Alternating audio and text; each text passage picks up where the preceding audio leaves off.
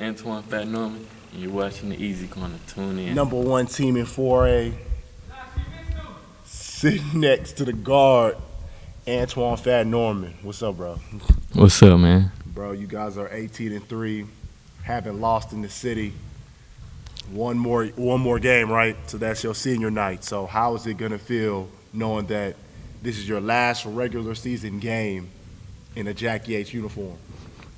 Man, I'm gonna go out there first and have fun, but at the same time, we still trying to get some business done. So, speaking of business, obviously last year, a year ago, you guys lost in San Antonio in the Final Four against Faith and Family, who is, I think, currently ranked, number 3 right now? I think number 3, or I know they're at least top 5 in the state. Talk about the differences from this year's team to last year's team.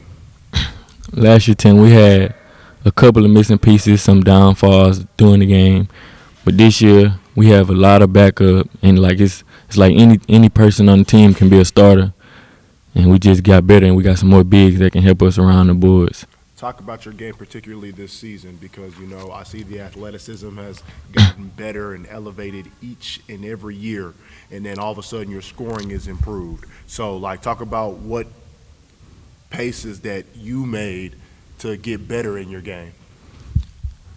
Basically, the big men around me, they help me more because I condition in some, and then also the people that's defending with me wouldn't know what I'm going to do, if I'm going to score, if I'm going to drop it off, so they help me a lot.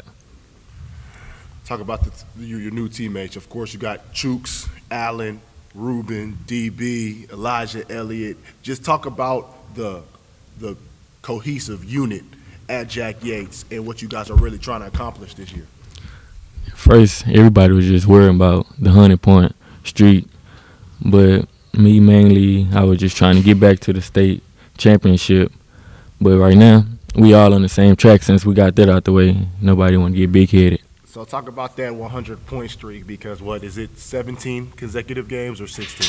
16, but we won in 17 last night. Okay, so to have that streak to be a part of history, there's a lot of great Yates teams that rolled past here. Of course, the Joe Youngs, and then everybody that's been coming through Yates. But you guys to have one of that record, what does that specifically mean to you guys? I mean, you always want to be better than the next man. Don't worry about what nobody else doing. G always told us we was a special group, so we just chasing after history right now in the ring. Why are you so overlooked? Why do you feel like you don't get the credit that you deserve? Because there's a lot of hot-bred guards, that's going Division I, but you probably one of the, I would say, the best unsigned senior right now. So why do you feel like you're getting overlooked from these colleges?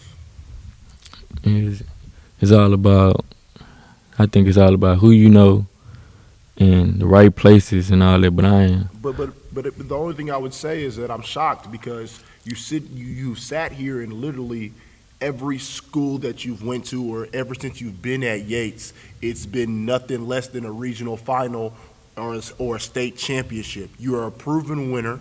You are a proven scorer, and you're doing at one of the best probably schools, not only in the city of Houston, but in the state of Texas. Why do you feel that these college coaches are not on you as much as the other guys? Man, I think it's because they want to go after who have a name and not. I think basketball is getting soft now. It's about dogs, and you want a dog in your team, come over here to Jack Yates. What does G Wise do that no other coach does in this city? Because I know that I walk into practice, I see all the running, I see that you guys are very well conditioned. What has G Wise done for you and this program to make it probably the best program in the whole entire Houston? It started off the court with G Wise. He get you ready to be prepared to be a man. And then before we even touch a basketball, we running on the track, running miles cross country. I don't think no other coach made that basketball team run cross country like G Wise do. You say dogs. Even though you guys are 4A, I think that you guys would compete with anybody. Of course, that you guys this year you guys competed We're one of the top teams in the country. You guys, like I said, you guys haven't lost in Houston, which Houston is a city that breeds a lot of state champions from 6A to 5A, even though you guys are 4A.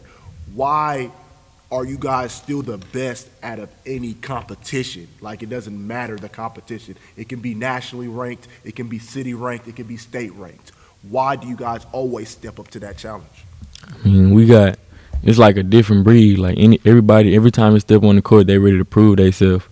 And it's like in practice, we competing for a spot. So we always go hard at each other no matter what we're doing.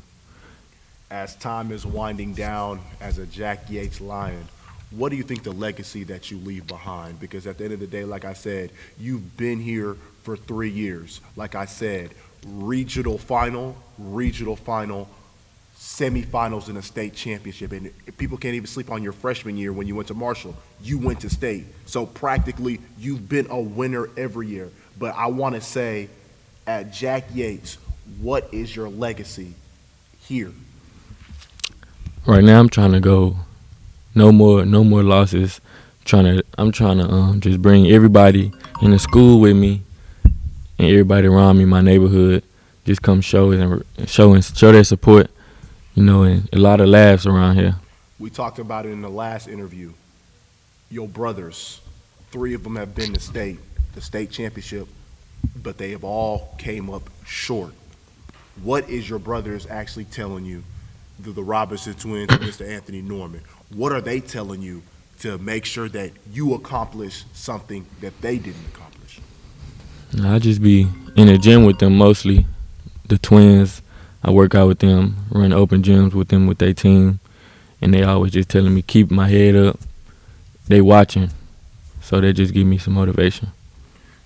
I see you as a leader on this Yates team, but Phat, you're more of a quiet, laid-back, reserved guy. I know, but when you're in between the lines, you talk your game, do the talking. You do a little bit of talking, but just talk about your personality when you step in on 94 feet on this court.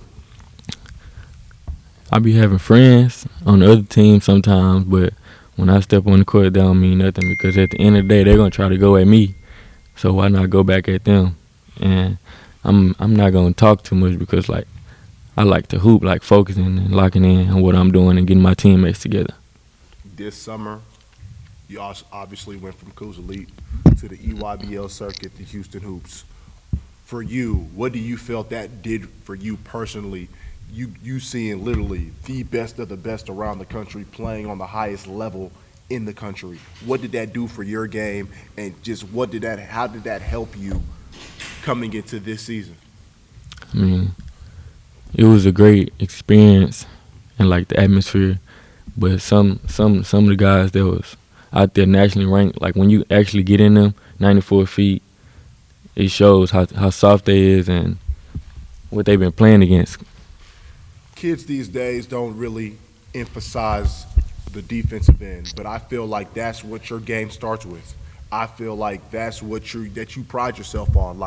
I want to play 94 feet. I play at Jack Yates, but regardless, even I think if you weren't even wearing a Yates uniform, you would still be D'ing up 94 feet. The importance of defense in your game? Explain. It's my dad always told me when I was little, your defense get you going. So once I play defense and get a steal, I can go lay it up, dish it off to my teammate, and it'll get the groove going. Now I'm making shots. Playoffs. Everybody in this city probably is going to assume that Jack Yates Lions should be in San Antonio around March 12th through the March 14th. Obviously, I know you're probably thinking one game at a time. In this playoff run, your last playoff run as a high school senior, what is the message? I'm not just trying to go through the playoffs. I'm trying to smack people out the playoffs so they know we coming for a state ring. I'm trying to get to the state championship, smack them, whoever in the way.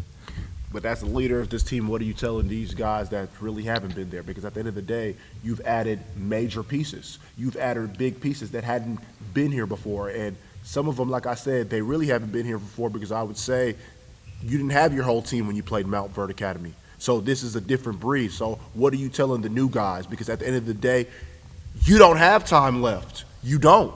At the end of the day, you have to get it done now. So what are you telling these guys, knowing that it's your last run? You need these guys to step up. It just can't be Antwon scoring 30 or Antwon scoring 25. You're going to need all of them.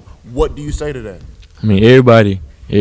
Some of the guys that's not playing as much, they want to ring as bad as I am. So I tell them, if one of us go down, somebody gonna have to step up. Everybody gonna have to be ready to play, and the atmosphere. Don't worry about who in the crowd, the stand. Just go out there and give it your all. Last year, what did that Silsby game do for you? Because I felt like that was you guys' state championship. I feel like you guys weren't mentally focused for faith and family. I believe that Silsby took so much out of you guys. You guys felt like y'all won the state championship here and there. To me, that was the state championship. Even though faith and family are the reigning, defending state champions, I really believe that as soon as you guys look past Silsby, I believe that you guys weren't mentally prepared. I feel like you guys were physically prepared because G. Wise does a great job.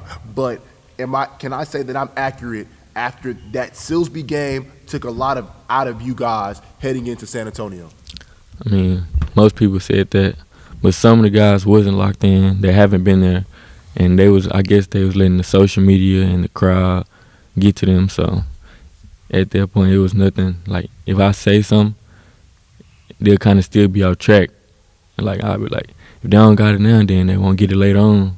They'll have to lock in. But this year, I think we got it. What's the difference in the mentality, though? I know I asked you earlier what's the difference in the team, but mentally. Because honestly, like I said, the feat is state. I think you guys are in shape. You guys are one of the best physical teams. You guys get the boards. You guys got guard play. You guys got three-point shooters. But how are you guys mentally when adversity hits? Because they expect you not only to get to state, they expect you guys to get the job done. How was you guys' mentality? We trap most of the game, so your mind have to be locked in from warm-ups. So, when we step on the court, it's like everybody playing 94 feet because we trapping. We have to run up and down. And it's like, if you tired, you coming out, you get right back in, do the same thing for 32 minutes.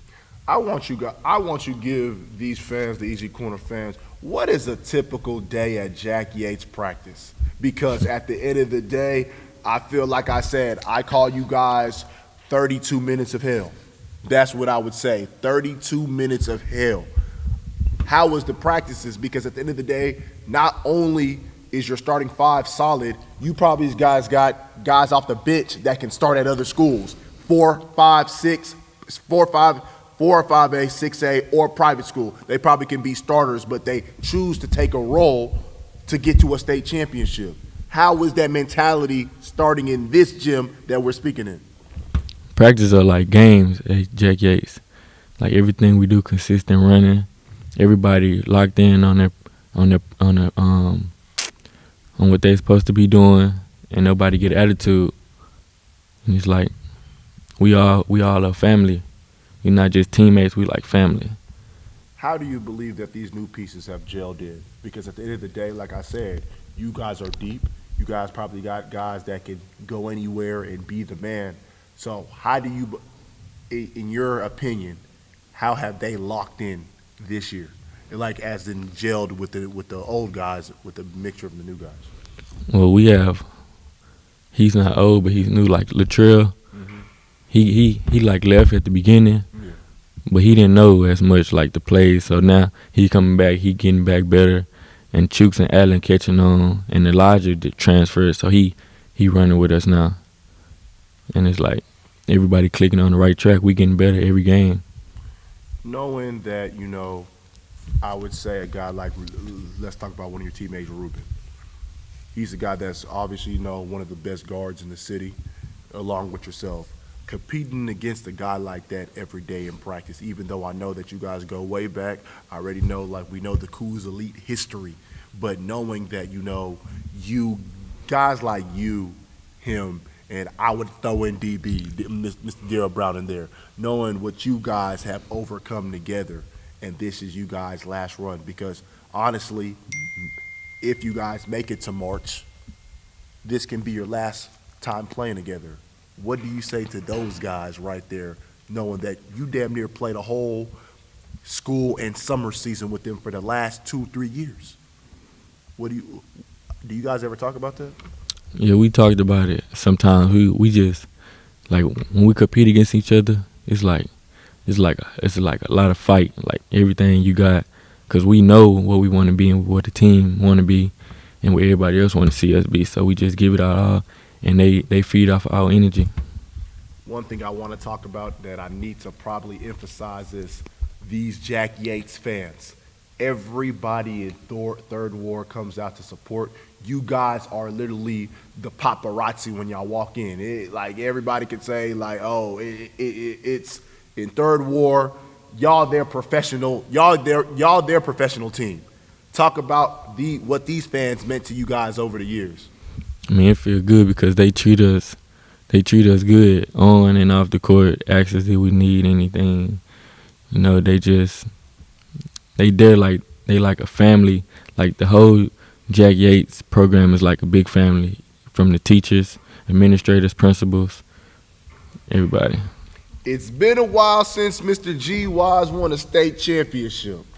Even though, like I said, the last state championship he really has was a forfeit. So obviously, in my eyes, until he celebrates on the court, his last state championship was what, 2011, maybe? No, 2010. 2010, yeah, 2010.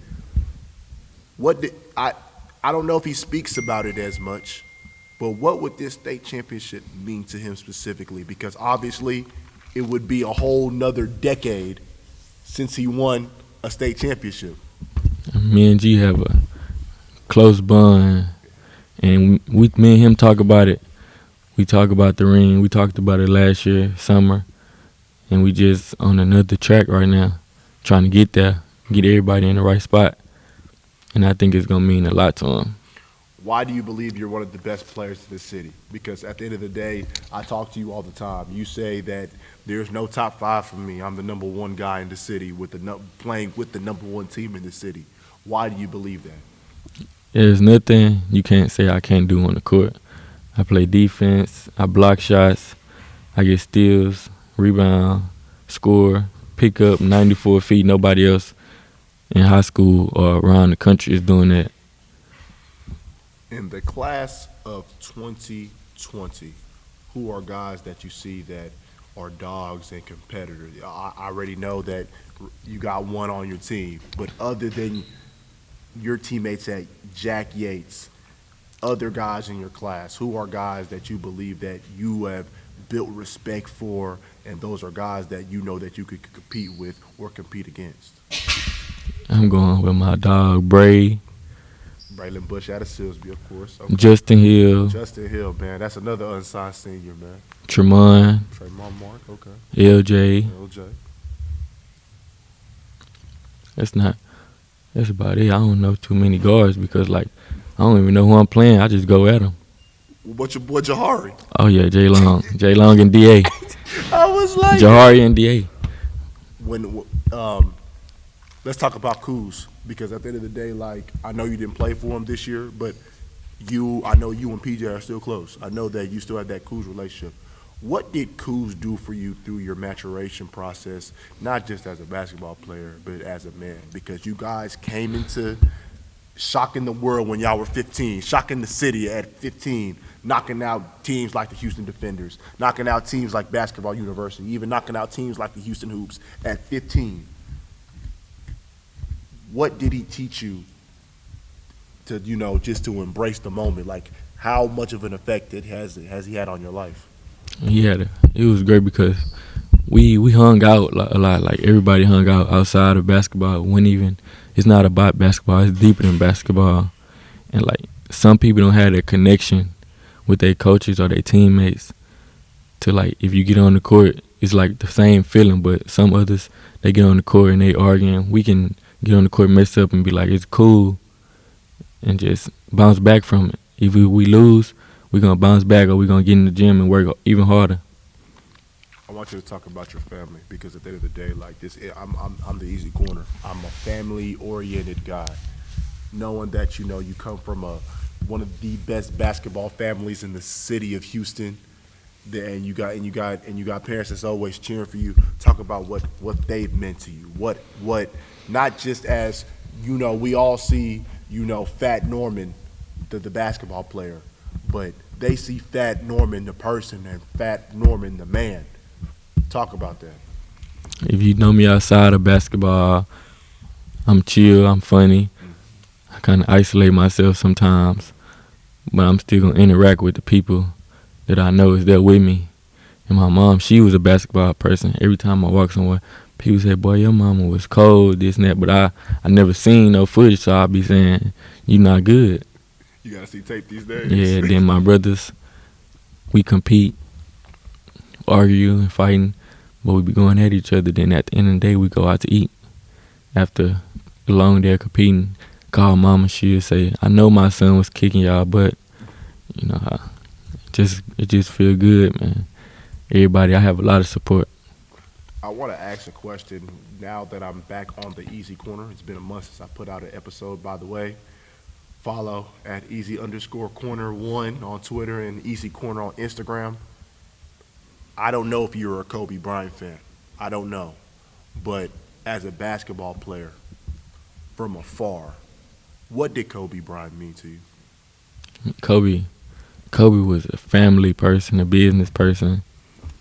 He was just he was a real dog. Like Kobe did everything on the court, and his teammates loved him. Some of them hated him, but they still gave him the ball because they know who's the man. And if they want to win, give Kobe the ball. When he where were you when you found out that he passed, and what was your first initial feeling knowing that he's gone, his daughter's gone, and obviously seven others passed on that helicopter? What was your first feeling? I was kind of shocked. Actually, I was on the shooting machine, and as soon as I finished, I went to my phone and I seen a CNN pop up on my phone, and it said Kobe Bryant has died in a car crash. And I got on Instagram and Twitter, and they was talking about the record, and I was like, they must be talking about he died because of LeBron passed his record. So I read more into it, and I seen the helicopter. Then I was just like shocked, but at the end of the day, I was like, he kind of accomplished everything he wanted to do. Then when I found out his daughter died, that crushed me more because it's nothing. She haven't accomplished nothing yet. So that just made it worse. So as a player, you see a great competitor like that. What do you take from that? What do you take from Kobe Bryant's legacy? G. Wise always told me I was like a Kobe Bryant. On the court, I dive on the benches to save balls. I just get after people. And like Kobe, I be watching him. I didn't watch him at first. Like I was like, let me just watch Kobe, cause my dad a big Kobe fan. Okay. So I was like, let me watch Kobe, and like I watched him, and like he really get after it. And my last question is a fill in the blank. For the Jack Yates Lions to win a state championship, they have to blank. Rebound, play defense, make shots, and just have energy. Matter of fact, before I go, I just got to do hot take. So hot take is basically, I say the person, you say one word, okay? G Wise.